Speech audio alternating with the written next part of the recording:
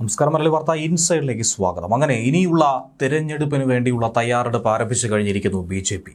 അങ്ങനെ ബി.ജെ.പിയുടെ ഫയർ ബ്രാൻഡായ ശോഭാ സുരേന്ദ്രനും മുരളീധരനും കെ സുരേന്ദ്രനും രാജീവ് ചന്ദ്രശേഖറിൻ്റെ മേൽനോട്ടത്തോടുകൂടി ആ തലതൊട്ടപ്പൻ്റെ എല്ലാ നിർദ്ദേശങ്ങളും അനുസരിച്ചുകൊണ്ട് ബി.ജെ.പി ചിട്ടയോടുകൂടിയുള്ള പ്രവർത്തനത്തിൽ ഇനി വരാനിരിക്കുന്ന തെരഞ്ഞെടുപ്പിനെ നേരിടുമെന്ന കാര്യത്തിൽ സംശയമില്ല.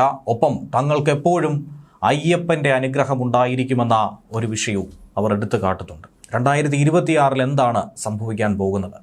ഉറപ്പായും മുഖ്യമന്ത്രി പിണറായി വിജയന് ഞെട്ടാനുള്ള വകയുണ്ട് എന്ന കാര്യത്തിൽ സംശയമില്ല. ഏറെ സ്വപ്നം കണ്ടിരിക്കുന്ന മൂന്നാം സർക്കാർ അത് വെറും സ്വപ്നം മാത്രമായിരിക്കുമെന്നാണ് നിലവിൽ മുന്നറിയിപ്പ് നൽകുന്നത്. തിരുവനന്തപുരം കോർപ്പറേഷനിൽ അധികാരം പിടിച്ചെടുത്ത് മറ്റ് 2 മുനിസിപ്പാലിറ്റികളിൽ ഒറ്റക്കക്ഷിയായി മാറിയെങ്കിൽ പോലും ഇത്തവണ വലിയ നേട്ടം ഒരു തരത്തിൽ ബി.ജെ.പിക്ക് സ്വന്തമായില്ല എന്ന വിമർശനം CPM ഉയർത്തുന്നുണ്ട്. അത് വോട്ട് വിഹിതത്തിലാണ്. എന്നിരുന്നാൽ പോലും മിന്നും ജയം തന്നെയാണ് ഇത്തവണ പ്രകടമാക്കിയത്. തൃശ്ശൂരിൽ വലിയ പ്രതീക്ഷയായിരുന്നു വെച്ചു പുലർത്തിയത്. ഒരു കേന്ദ്രമന്ത്രി ഉണ്ടായിട്ട് പോലും അവിടെ എന്തുകൊണ്ട് കോർപ്പറേഷൻ പിടിക്കാൻ കഴിഞ്ഞില്ല എന്ന പരിഹാസം നിലവിൽ UDFും LDFും ഒരുപോലെ തന്നെ ഉയർത്തുന്നുണ്ട്.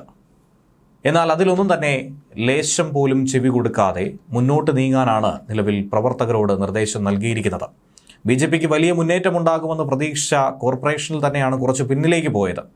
തിരുവനന്തപുരം കോർപ്പറേഷനിലാകട്ടെ പ്രതീക്ഷിച്ചതിലും അധികം വലിയ വിജയം നേടാൻ കഴിഞ്ഞുവെന്ന വിലയിരുത്തൽ പലരും ഇതിനോടകം പങ്കുവയ്ക്കുന്നുണ്ട്.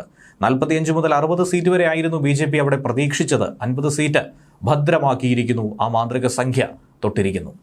ലോക്സഭാ തിരഞ്ഞെടുപ്പിൽ ലഭിച്ചതിനേക്കാൾ വോട്ട് ശതമാനം ഇത്തവണ കുറഞ്ഞു എന്നുള്ള വിലയിരുത്തലിലാണ് ബി.ജെ.പി.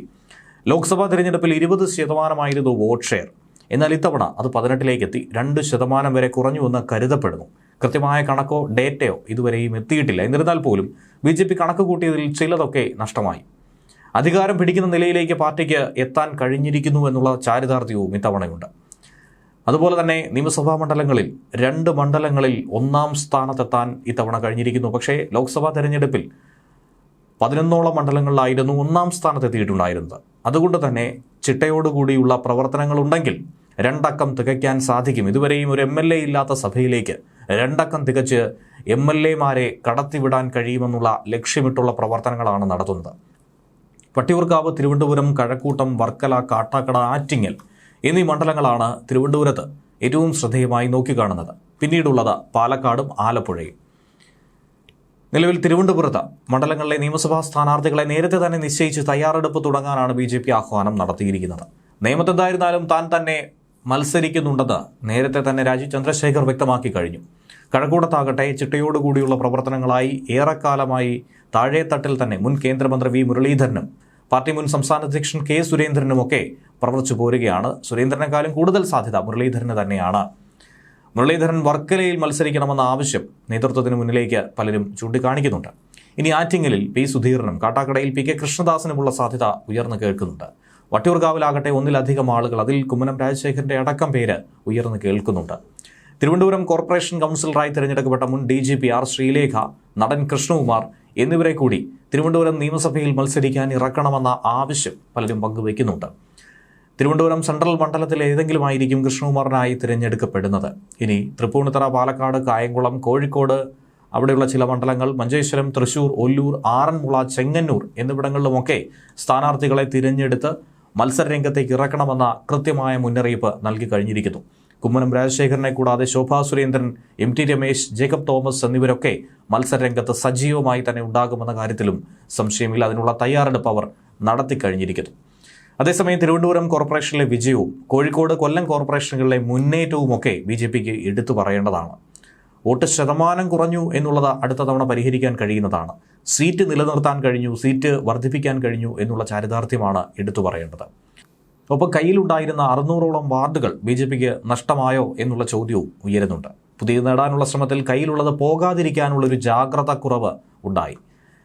നിലവിൽ 2000-ലധികം വാർഡുകളിൽ ജയിച്ചു. 1500-ലേറെ വാർഡുകളിൽ ചെറിയ വോട്ടിനാണ് സീറ്റ് നഷ്ടമായതുപോലും.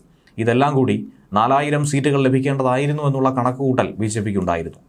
തൃശ്ശൂരിലുണ്ടായത് എന്തെന്നുള്ളത് പഠിച്ച് അതിനു വേണ്ടിയിട്ടുള്ള തീരുമാനം കൈക്കൊള്ളും.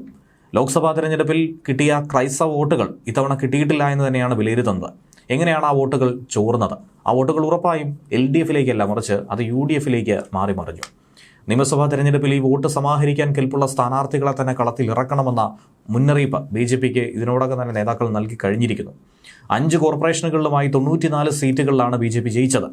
50 സീറ്റുകളിൽ 2ാം സ്ഥാനത്ത് എത്താൻ കഴിഞ്ഞു. നഗരസഭകളിൽ 380 വാർഡുകൾ നേടി 500-ലധികം സീറ്റ് സ്വന്തമാക്കിയാണ് മുന്നോട്ട് പോകുന്നത്. നഗരസഭകളിൽ 380 വാർഡുകൾ നേടിയാണ് വിജയം ഉറപ്പിച്ചത്. ഒപ്പം 500-ലധികം സീറ്റുകളിൽ വിജയിക്കുമെന്ന് ഉറപ്പുള്ള രീതിയിലേക്ക് കടന്നെത്തുകയും ചെയ്തു. 2ാമതായി നിൽക്കേണ്ടി വന്നു.